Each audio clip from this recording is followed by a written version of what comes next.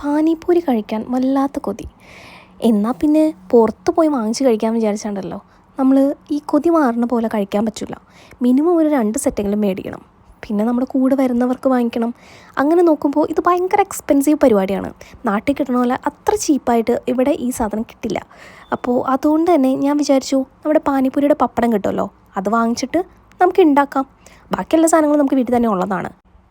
വീട്ടിലുണ്ടാക്കുവാണെങ്കിലേ വേറൊരു ഗുണം എന്ന് പറഞ്ഞാൽ നമുക്ക് ആവശ്യം അനുസരിച്ചിട്ട് നമുക്ക് മതിയാവോളം കഴിക്കാമല്ലോ. ആ ഒരു ഇൻറ്റൻഷൻ വെച്ചിട്ടാണ് ഞങ്ങളിത് ഉണ്ടാക്കി തുടങ്ങിയത്. ഉണ്ടാക്കി എല്ലാം നല്ല പെർഫെക്റ്റായിട്ട് വന്നു. പൂരിയും നന്നായിട്ട് വന്നു, അതിൻ്റെ ഉള്ള ഫില്ലിങ്ങും പിന്നെ ഗ്രീൻ ചട്നി ആയാലും മീഠാപ്പാനി ആയാലും എല്ലാം നല്ല അടിപൊളിയായിട്ട് കിട്ടി. പ്രശ്നം അതല്ല, ഇത് മൊത്തം കഴിച്ചിട്ടും പാനിപൂരിയുടെ ആ ഒരു കൊതി ഉണ്ടല്ലോ, ആ കുറച്ച് കഴിക്കുമ്പോൾ നമുക്ക് പിന്നെയും കഴിക്കാൻ തോന്നില്ലേ, അതിപ്പോഴും ഉണ്ട്.